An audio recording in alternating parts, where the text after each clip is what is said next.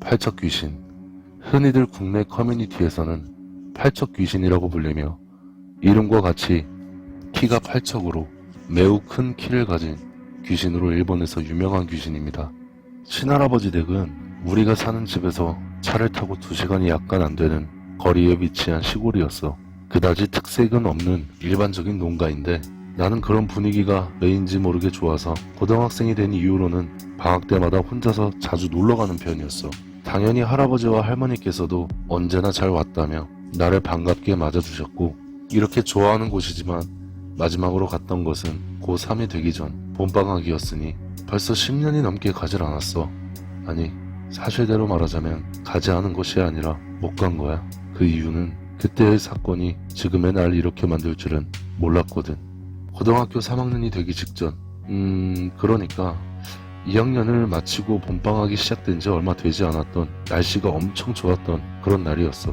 나는 여느 때처럼 할아버지, 할머니가 살고 계신 시골에 혼자 오토바이를 타고 갔었어. 아직 추운 날씨긴 했지만 그래도 할아버지 댁의 넓은 마루에 누워서 햇살을 받으며 기분 좋게 잠깐 쉬고 있었는데 바로 그때였어. 이렇게 이상한 소리가 귓가에 들려오기 시작했어. 규칙적인 소리였지만 사람이 내는 소리처럼 들렸고, 기억에 따르면 굉장히 기괴했던 걸로 기억해. 그런 알 수 없는 소리를 들으며 이게 무슨 소리일까? 라고 생각을 하는데 마당 너머 담장 위에 한 모자가 보이는 것을 알아챘어. 물론 모자가 담장 위에 놓여있던 것은 아니었고, 담장 너머로 보이게 된 모자는 그대로 옆으로 움직이기 시작했는데 그 담장 틈새로 한 여자가 보였어. 모자는 그 여자가 쓰고 있었던 것이었고, 그 여자는 하얀 원피스를 입고 있었어. 그런데 담장의 높이는 2m 정도로 꽤 높은 편이었는데 머리에 쓴 모자가 담장보다 높이 보일 수 있다니 얼마나 키가 큰 여자였는지. 그렇게 속으로 놀라고 있던 중에 그 여자는 내 시야에서 사라져버렸고, 당연히 모자도 보이지 않게 되었어. 그리고 그 이상한 소리인 포포포포 하는 남자인지 여자인지 잘 모르겠을 존재가 내는 이상한 소리는 더 이상 들리지 않았어. 솔직히 나는 그때까지만 해도 키가 평균보다 큰 여자가 높은 하이힐이나 부츠를 신었다거나 남자가 여장을 했다거나 하는 그런 정도로만 생각을 하고 대수롭지 않게 생각했었어. 그리고 시간이 좀 지나서 거실에서 할아버지 할머니와 함께 차를 마셨는데, 차를 마시는 동안 아까 겪었던 일이 생각나 할아버지 할머니께 여쭤봤지. 조금 전에 마당 앞에서 키가 엄청 큰 여자를 보았다고, 남자가 여장을 한 모습 같았고 이런저런 설명을 드렸는데 두 분은 별로 관심이 없어 보이셨어. 나는 묘한 마음에 담장보다 키가 크고 모자를 쓰고 있었으며 포포포포라는 소리를 냈었다고 덧붙여 설명을 했어. 한참 설명을 하던 와중에 갑자기 두 분이 얼어붙으셨어. 그러더니 할아버지는 몹시 당황한 표정으로 내게 언제 어디서 본 건지, 담장보다 키는 또 얼마나 컸었는지 이런저런 질문을 하시기 시작했지. 예상치 못한 할아버지의 반응에 나는 당황하며 대답을 해드렸어. 대답을 마치자마자 할아버지는 말을 멈추시고는 방을 나가 복도 끝에 놓여져 있는 전화기로 어딘가 전화를 거셨어. 문이 닫혀있는 상태여서 어디에 전화를 거시는 건지는 듣지 못했지만 확실한 건 나와 같이 계시던 할머니는 왠지 모를 공포감에 떨고 계신 것 같았어. 시간이 좀 지났을까? 통화를 마친 할아버지는 방으로 다시 돌아오셨고 나에게 오늘은 집에서 하루 자고 가라고 말씀하셨어. 나는 가봐야 한다고 말씀을 드렸지만 절대 안 된다고 화를 내셨고 무조건 하루 자고 가야 한다고 말씀하셨어.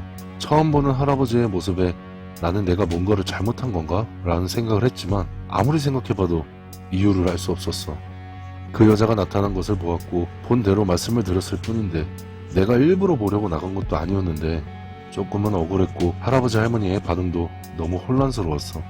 그렇게 나에게 말씀하시고는 할아버지는 할머니에게 아는 분을 데리러 다녀오겠다며 급하게 차를 타시고는 나가셨어.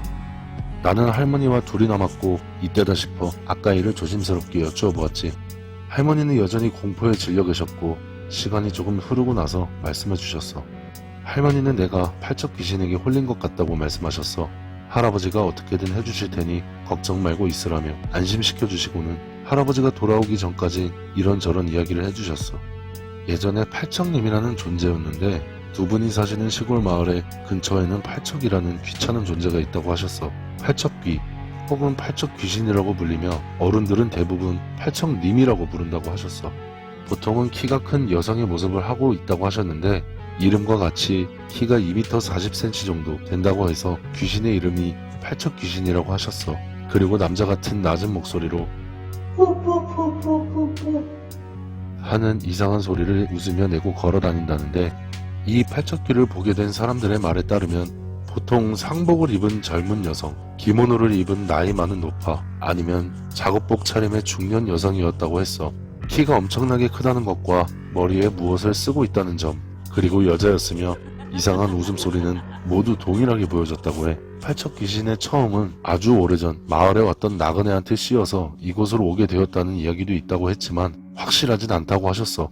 그 후에 이 시골 마을의 지장보살에게 봉인되어 떠나지 못하고 이 마을에 묶여있는 존재라고만 말씀해 주셨어. 그리고 지금까지 팔척 귀신에게 홀린 모든 사람들은 며칠 안에 죽어버렸다고 해. 마지막으로 팔척 귀신에게 홀려 피해를 입은 사람이 나온 것은 꽤 오래전인 15년 전이라고 하셨어. 이건 나중에 따로 들은 이야기인데, 지장보살에 의해서 봉인이 되었다는 건 이동하는 길을 막는 수단이었다고 했는데, 팔척 귀신이 마을 밖으로의 이동을 막기 위해서는 마을의 경계인 동서남북 네 군데의 지장을 모셔야 한다고 했어. 근데 왜 마을에 봉인을 하게 된 거냐면, 옛날 주변 마을과의 협정이 있었던 것 같은데, 팔척 귀신을 봉인하는 대신에 농업을 위한 저수지를 우선 사용한다는 등 여러가지 조건이 있었다고 해. 팔척귀의 피해는 수년 혹은 십수년에 한 번 정도라서 그런대로 유리한 협정이라고 생각했을지도 모른다고 말씀하셨어. 물론 이런 이야기를 할머니께 듣고는 있었지만 전혀 실감나지 않았어. 도시괴담쯤으로 받아들였던 것 같은데 너무 현실적이지가 않았지. 그렇게 시간이 지나 할아버지는 급하게 한 노파를 모시고 집에 들어오셨고, 그분은 나를 보자마자 정말 큰일이 일어났다며 일단 지금은 꼭 가지고 있으라고 말하시며 부적을 지어주셨어. 할아버지와 같이 무엇인가를 준비해야 한다고 하셨고, 이내 방을 나가 2층으로 올라가셨어. 할머니께서는 내 옆에 계속 있으셨는데 내가 화장실 갈 때도 따라오시곤 문도 완전 닫지 못하게 하시며 붙어 계셨어. 그제서야 비로소 이건 정말 장난이 아니라 큰일이 난 거구나 라고 생각하며 슬슬 실감되기 시작했어. 그리고 잠시 후 나는 2층에 있는 방 한 곳에 들어가게 되었는데, 내가 들어간 방은 부적이 붙여진 모든 창문을 신문지로 붙여 가려놓았고, 방의 내 기퉁이 곳곳마다 소금이 쌓여진 그릇이 놓여져 있었어. 또 나무로 만들어진 상자가 하나 있었는데 재단으로 보여지진 않는 상자 같았지만 그 위에는 작은 불상 하나가 올려져 있었어. 방에는 어디서 났는지 모를 아기들이 쓰는 변기가 2개 놓여져 있었는데 도대체 어디에 사용되는지 모르겠더라고. 잠시 후 할아버지가 곧 해가 지고 어둠이 오면 아침이 와서 날이 밝아질 때까지 절대 방에서 나오면 안 된다고 말씀하셨어. 나는 할아버지의 말에 고개를 끄덕이며 알겠다고 답할 수밖에 없었어. 그런데 그때 할아버지가 말한 것은 반드시 지켜야 한다고, 부적도 함께 손에 꼭 쥐고 있으라고, 만약 무슨 일이 생기면 부처님 앞에서 기도를 드리라며 같이 오셨던 노파분도 말씀을 하셨고, 난 방에 혼자 남게 되었어. TV는 봐도 괜찮다고 해서 틀었지만 도무지 집중이 되질 않았고, 할머니가 준비해주신 과자와 주먹밥도 손이 가질 않았어. 나는 그저 이불을 뒤집어 쓰고 덜덜 떨고 있을 뿐이었어. 그러다 어느샌가 나도 모르게 잠이 들게 되었고, 눈을 떴을 때는 적막한 방에 TV만 틀어져 있었어. 시계를 보니 새벽 1시가 조금 넘어 있었던 것 같아. 차라리 계속 잤어야 하는데 중간에 깨버렸다는 생각을 하고 있을 때쯤 창문 쪽에서 두드리는 소리가 들렸어. 조그마한 돌 같은 것이 창문에 부딪히는 느낌이었어. 바람 때문에 나는 소리인지 아니면 귀신이 짓인지 알 수는 없었지만 나는 그저 바람 때문에 나는 소리라고 필사적으로 생각하고 있었어. 마음을 진정시키려 앞에 있던 차를 한 모금 마셨는데 진정은커녕 내 심장은 더욱 빠르게만 뛰고 있었어. TV 볼륨을 올려대며 진정해보려 노력하고 있었는데 갑자기 밖에서 할아버지가 이제 그만 무서워해도 된다시며 나오라고 하셨어. 그 목소리에 나도 모르게 문 쪽으로 다가갔는데 문득 저녁 때 할아버지의 말이 생각이 나서 걸음을 멈췄어. 그러자 다시 할아버지가 말씀하셨어. 기다리고 있는데 왜 나오질 않냐며. 분명히 할아버지 목소리였지만 이질감이 느껴졌어.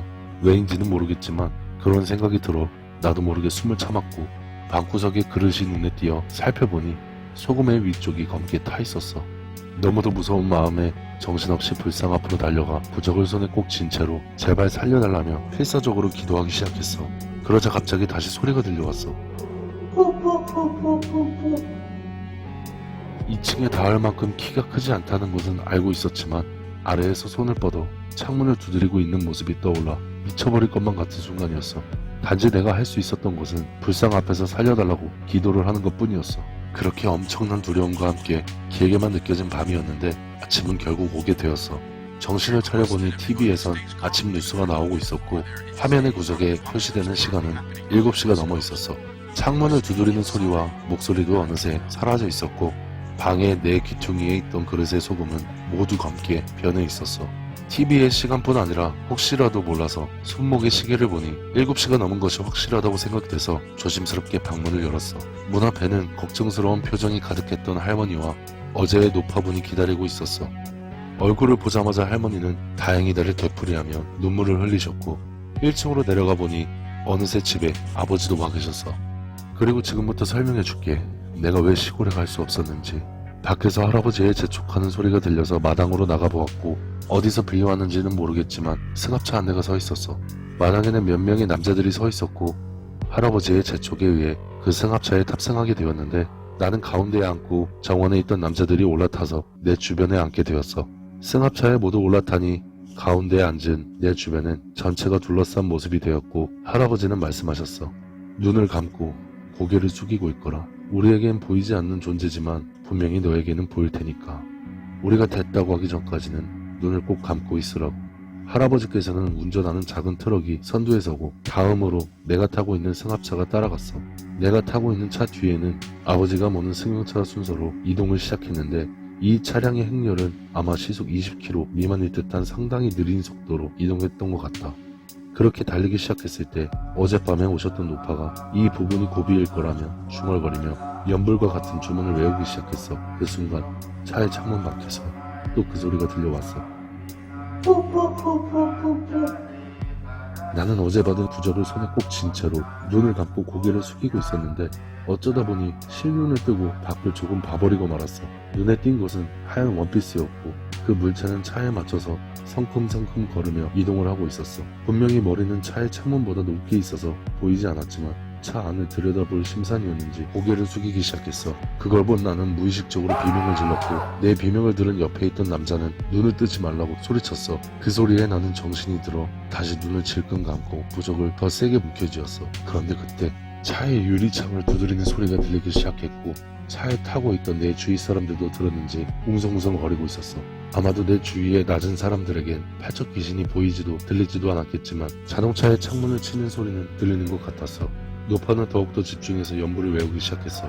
그렇게 시간이 지나 팔척 귀신의 목소리와 유리를 두드리는 소리가 멈췄다는 느낌이 들었을 때쯤 연불을 외우던 노파가 드디어 빠져나왔다라며 소리를 질렀고 그전까지는 조용히 있던 주위에 앉은 남자들도 모두 안도의 목소리를 냈어. 큰 도로를 완전히 벗어난 후에야 난 승합차에서 내리고는 아버지 차로 옮겨 타게 되었어. 할아버지와 아버지는 다른 사람들에게 고개를 숙이며 감사 인사를 하셨고 노파는 나에게 부적을 다시 보여달라 말하셨어. 그때까지 움켜쥐고 있던 부적을 보니 전체가 검게 변해 있었고 노파는 새 부적을 나에게 주면서 이제는 괜찮을 테지만 그래도 한동안은 꼭 들고 있으라고 말씀하셨어. 그렇게 나는 아버지와 함께 드디어 집으로 돌아오게 되었어. 팔척 귀신이라는 존재를 아버지도 알고는 계셨는데 어린 시절에 친구 한 명이 팔척귀에게 홀려서 죽었다는 것을 말씀해 주셨어. 팔척귀한테 홀렸을 때 모두 죽는 것은 아니었다는 것을 나중에는 알게 되었지만 팔척 귀신에게 홀린 후에 다른 나라로 떠난 사람도 있다고 했고 내 주변에 앉았던 남자들, 승합차에 탔던 사람들은 모두 우리 본가와 연관이 있는 사람들로 먼 친척, 즉 멀긴 하지만 내 핏줄이라고 했어. 선두를 이동하던 자동차의 할아버지나 뒤를 달리는 아버지도 당연히 한 핏줄이기에 잠시라도 팔척귀에 눈을 속이기 위해서 대열을 이뤄 이동한 거라고 말씀하셨어. 아버지의 형제들은 하룻밤새에 이곳에 올 수 없었기 때문에 조금 먼 친척이더라도 금방 모일 수 있는 사람들이 모여준 것이라고 하는데 그렇다고 해도 7명이나 되는 사람들이 당장 오기는 어려웠고 밤보다는 낮이 더 안전하다는 판단하에 하룻밤을 방에 갇히게 되었던 거라고 말씀해 주셨어. 이러한 이야기들을 듣게 되었고 앞으로는 그 마을에 가지 말라는 말도 같이 하셨어. 집에 도착해서 할아버지에게 전화를 했는데 밤에 저에게 말을 걸으셨었냐고 물어봤어. 그런데 그런 적은 없다고 말씀하셨어. 역시 그것은 다시 한번 등골이 서늘해지고 온몸에 소름이 끼쳤어. 팔척 귀신에게 피해를 당하는 사람은 아직 성인이 되기 전인 젊은 사람, 그것도 아이가 당하는 일이 많다고 해.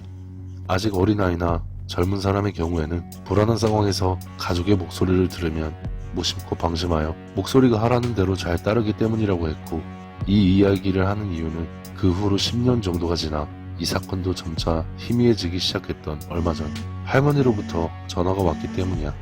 팔청님을 봉인하고 있던 지장이 누군가에 의해 부서져 버렸어.